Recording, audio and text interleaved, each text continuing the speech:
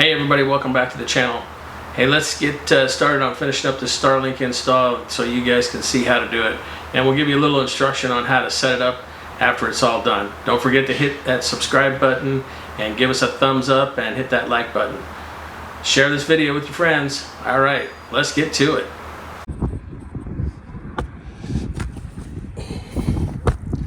Okay, so we want to put this antenna, and it's going to be angled like this, okay? And we're putting it behind the air conditioning unit so that the air conditioning unit will cause the airflow to come up over the antenna instead of it allowing the antenna. Plus our little vent right here, believe it or not, will also help in that. So we'll back this up just a little bit. Probably put it right about there. And mark the holes. Make sure we got this in the right angle here. Yep. Mark the holes.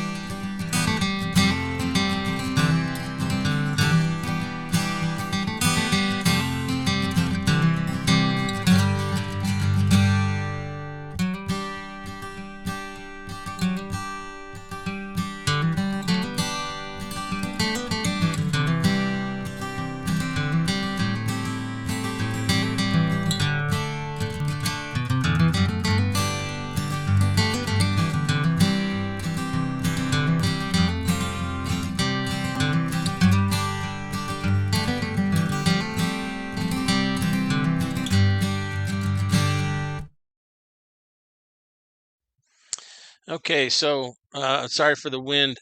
So I'm going to tell you a little bit about what's going on up there. So all I'm doing is putting some dichlor before I screw in the screws all the way, putting the dichlor down underneath the screws. So that way, again, you want to make sure that you're using plenty of dichlor on the roof to seal everything up. You don't want anything leaking. So that's what I'm doing right there, and getting that mount screwed down. I apologize for the drill in the way when you're up there working. Thinking about that camera, just trying to make sure I get things done. So I'll realize that here in just a minute and move that drill out of the way. But yeah, that's kind of the way this goes. So once I get the drill out of the way, then we're going to show you how we're going to get that antenna mounted. So let's we'll get that done right now.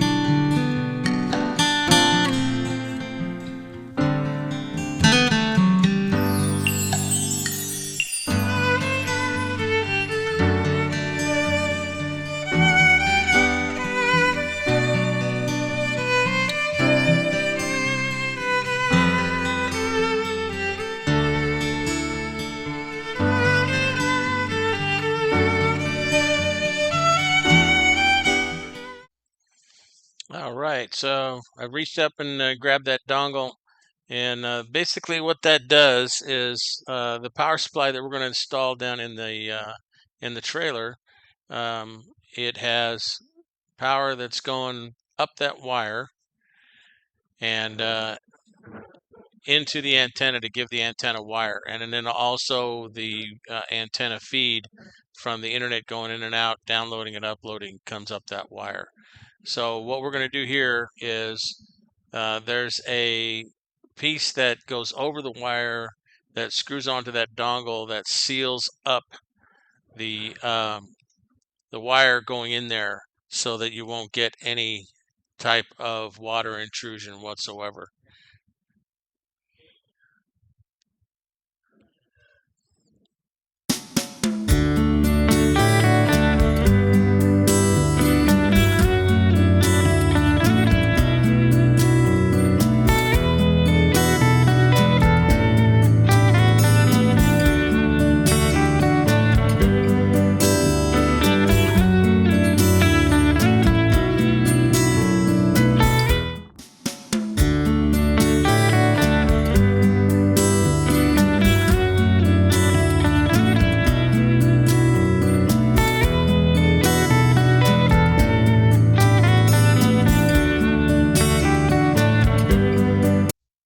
All right, so now what we're going to do is we're going to get that plugged into the dongle right there and put that cap over there to get it all sealed up. Um, there is an O-ring right there that you would just want to make sure you're not tightening that up too tight so that it pushes the O-ring out around the sleeve right there. So and it fits really, really well.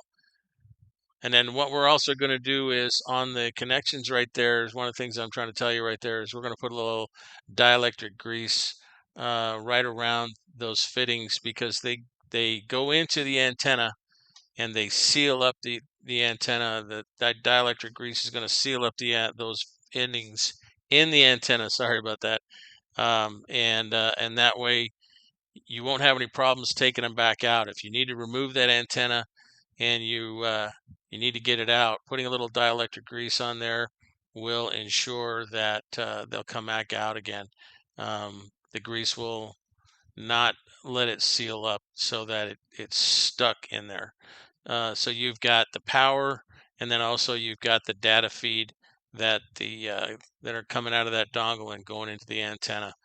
So now we're going to get it connected up into the antenna and mount the antenna on, or put the antenna on the mount, and then get everything taken care of up there on the roof.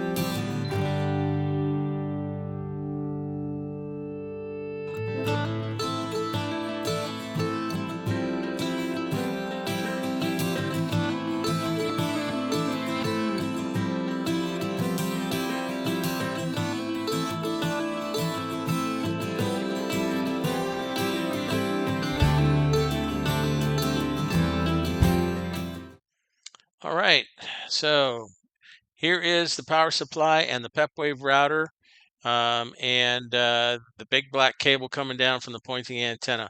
So again, just kind of want to make sure you understand the nuances here. So the white cable is the Cat6 cable that is going from the power supply up to the antenna, and it is not only supplying and getting the data transfer back and forth to the Starlink Mini, it is providing the Starlink Mini with the power that it needs to operate, which is this unit is the only place I could get this is from Mobile Must Have.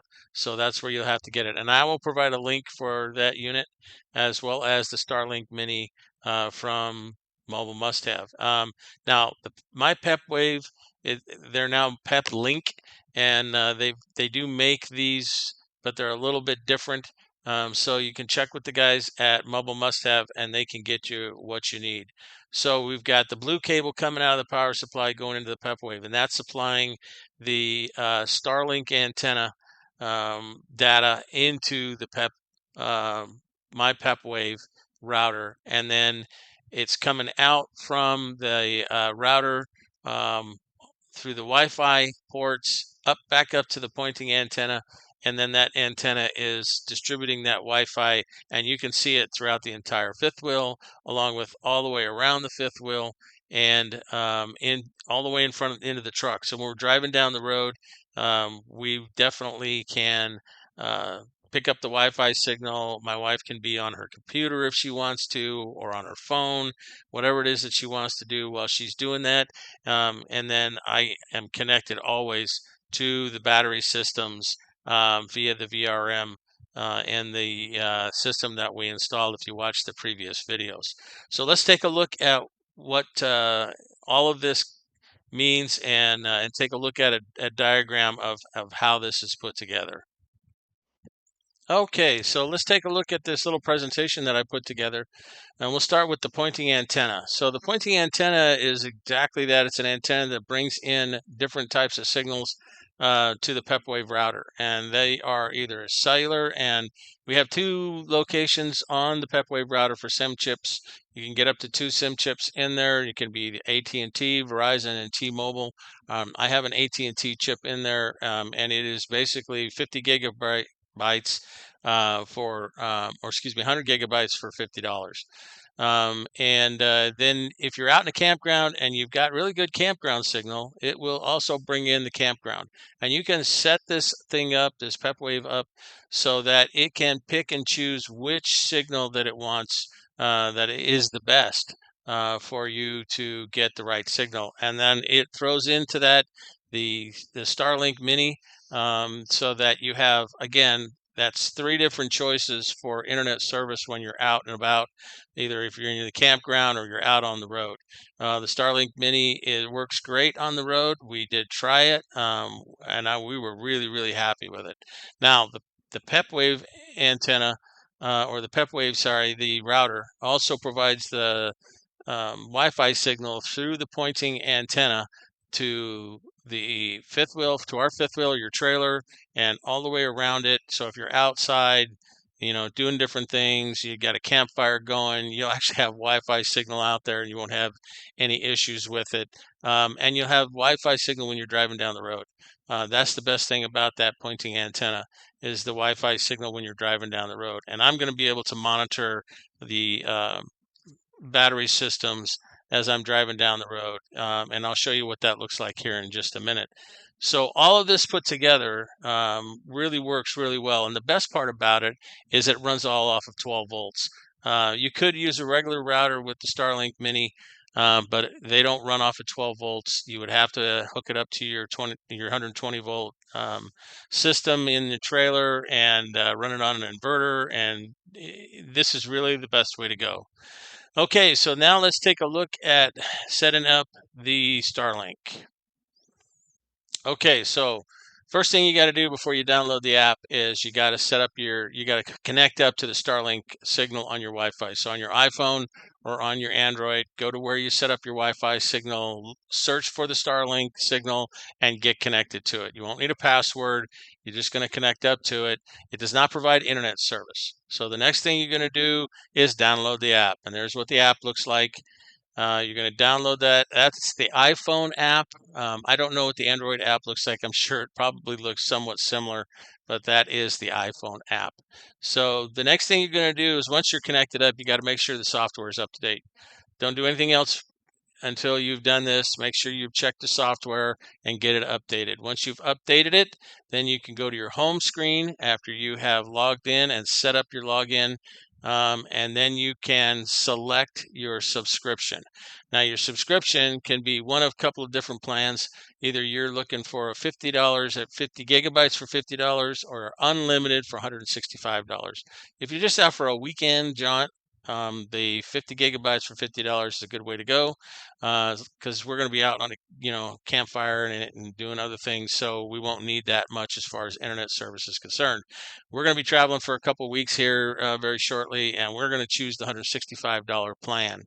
So once you've chosen that plan, then you set up your credit card and it'll either take it out automatically if you're not careful, but there's another beauty to this is you can actually pause your subscription. So here is where you would manage your subscription. You can either change your plan, um, you can pause your service. And so if you're only out on the weekends and you're going to be gone, say for a week, and then back, and then you're not going to be going out for a while again, you can pause your service. And that's one of the beauties of Starlink. So that is, in a nutshell, how you set this thing up. And then finally, I wanted to show you what it looked like for me to monitor the systems, the battery systems, using the VRM. So I told you I would show you this once we got the Starlink Mini set up, and this is what it looks like. I'm able to see what's going on with the battery, with the solar charge controller and everything. All right, guys, that's it for that video. I hope that was a little helpful. I'd love to hear your comments down there about your experience with the Starlink, whether it's regular Starlink or Starlink Mini. So you can let us know how you did and give us some suggestions or comments. Hopefully all positive. Try to keep it that way. So appreciate you guys watching. Don't forget to check us out at rvweekenders.com and check out the Mobile Must-Have guys at mobilemusthave.com. And we'll see you guys on the road. But first, don't forget to hit that subscribe, like, and give us a thumbs up. Thanks again. Take care.